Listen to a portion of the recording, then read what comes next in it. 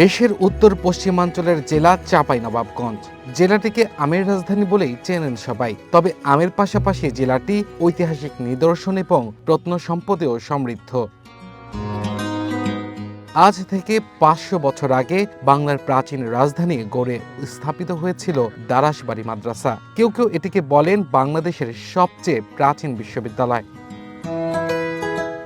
গাছগাছালি পরিবেষ্টিত চারপাশ, পাখিটাকে মুখরিত পরিবেশ, সবুজ দুর্বা ঘাসে আচ্ছাদিত মাঠ, মাঠের মাঝখানে সগর্বে মাথা উঁচু করে দাঁড়িয়ে আছে মাদ্রাসাটি। স্থাপনার কাঠামো এখনো দাঁড়িয়ে থাকলেও ধসে গেছে ছাদ ও গম্বুজ। প্রায় ধ্বংসস্তূপে পরিণত হয়েছে এই ঐতিহাসিক নিদর্শনটি। তবে দেয়ালে নিখুঁত ও নান্দনিক টেরাকোটা নকশা এখনো প্রায় অক্ষত। ভবনে আছে ছোট বড় 37টি কক্ষ। সেই মুঘল আমলে আলাউদ্দিন হোসেন শাহের আমলে যেমন সোনা মসজিদ নির্মিত হয়েছিল, সে সময়েই এই জায়গায় একটা মাদ্রাসা স্থাপিত হয়েছিল আমার জানা মতে।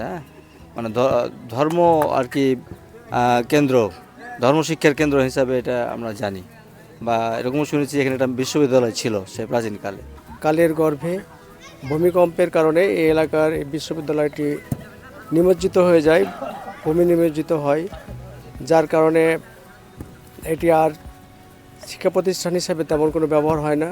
এখন বর্তমানে প্রত্নতত্ত্ব নিদর্শনের আওতায় একটি ঐতিহাসিক নিদর্শন স্থাপত্য হিসাবে জনগণের কাছে বেশ বহুল প্রচলিত এবং পরিচিতি লাভ করেছে। এটি প্রায় 500 বছরের পুরনো একটি 40 ঘর, যেটা আমরা আমাদের এলাকার ভাষায় যেটা বলি।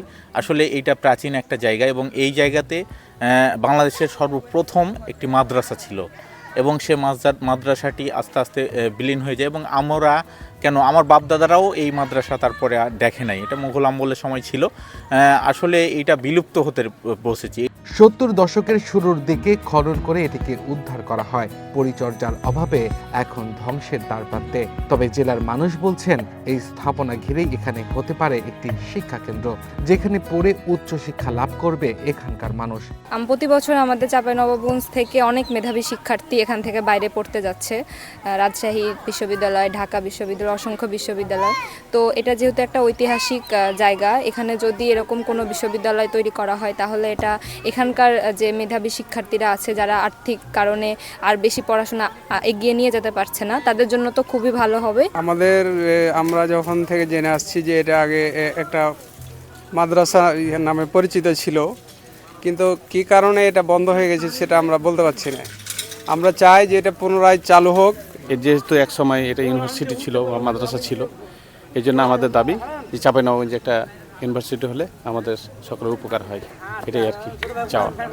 আনুমানিক 1479 সালে সুলতান শামসুদ্দিন ইউসুফ শাহের রাজত্বকালে মাদ্রাসা হিসেবে শিক্ষা প্রতিষ্ঠানটি যাত্রা শুরু করে। তার আদেশেই যেখানে মাদ্রাসা এবং তার পাশে মসজিদ নির্মাণ করা হয়। সুলতান আলাউদ্দিন হোসেন শাহের রাজত্বকালে মাদ্রাসাটির সংস্কার করা হয়। ধারণা করা হয় এর আগে প্রতিষ্ঠানটির কার্যক্রম শুধু মাদ্রাসা হিসেবে পরিচালিত হলেও 1502 সালে এটি ইসলামিক বিশ্ববিদ্যালয়ে উন্নীত হয়। শুধু তাই নয়, এটি ছিল আবাসিক বিশ্ববিদ্যালয়। 1504 সালের পহেলা রমজান একটা দিনে এই সুলতান আলাউদ্দিন হোসেন শাহ এর উদ্বোধন করেছিলেন বলে জানা যায়। তো সেটি ছিল একটি বিশ্ববিদ্যালয়ের একদমই পূর্ণাঙ্গ কাঠামো। সেখানে ছাত্রদের অবস্থানের সুযোগ ছিল। যেহেতু মাদ্রাসা, সেহেতু বিশ্ববিদ্যালয়ের যে আবাসিক হল থাকে ঠিক ওই রকম কুঠুরি ছিল চারিদিকে, এবং সেখানে ছাত্ররা অবস্থান করত। মাঝখানে ঠিক মিডলে একটা অধ্যক্ষের অফিস ছিল, এবং সেখানে যে শান্তিপূর্ণ একটা পরিবেশ ছিল পড়াশোনা, সেটা ওখানে গেলেই বোঝা যায়। আবার পাশে একটি বিশাল মসজিদ, সেখানে ধর্ম চর্চা করার জন্য সুবিধা ছিল। দীর্ঘদিন এটি লোকচক্ষুর আড়ালে ছিল। 1975 সালের দিকে এটি উদ্ধার হয়। কোনো একজন কৃষক ওখানে চাষ করতে গিয়ে দেখেন যে মাটির ভেতরে ইটের স্তর। তখন সেটি প্রত্নতত্ত্ব বিভাগ অনুসন্ধান করে এবং পরে দেখতে পায় যে একটা বিশাল ভিত বিশিষ্ট একটি বড় অবকাঠামো, যেটি একটি শিক্ষালয় বলেই মনে হয়েছে। দারাসবাড়িকে শিক্ষা কেন্দ্র হিসেবে গড়ে তুলতে নানান উদ্যোগের কথা জানালেন স্থানীয় সংসদ সদস্য।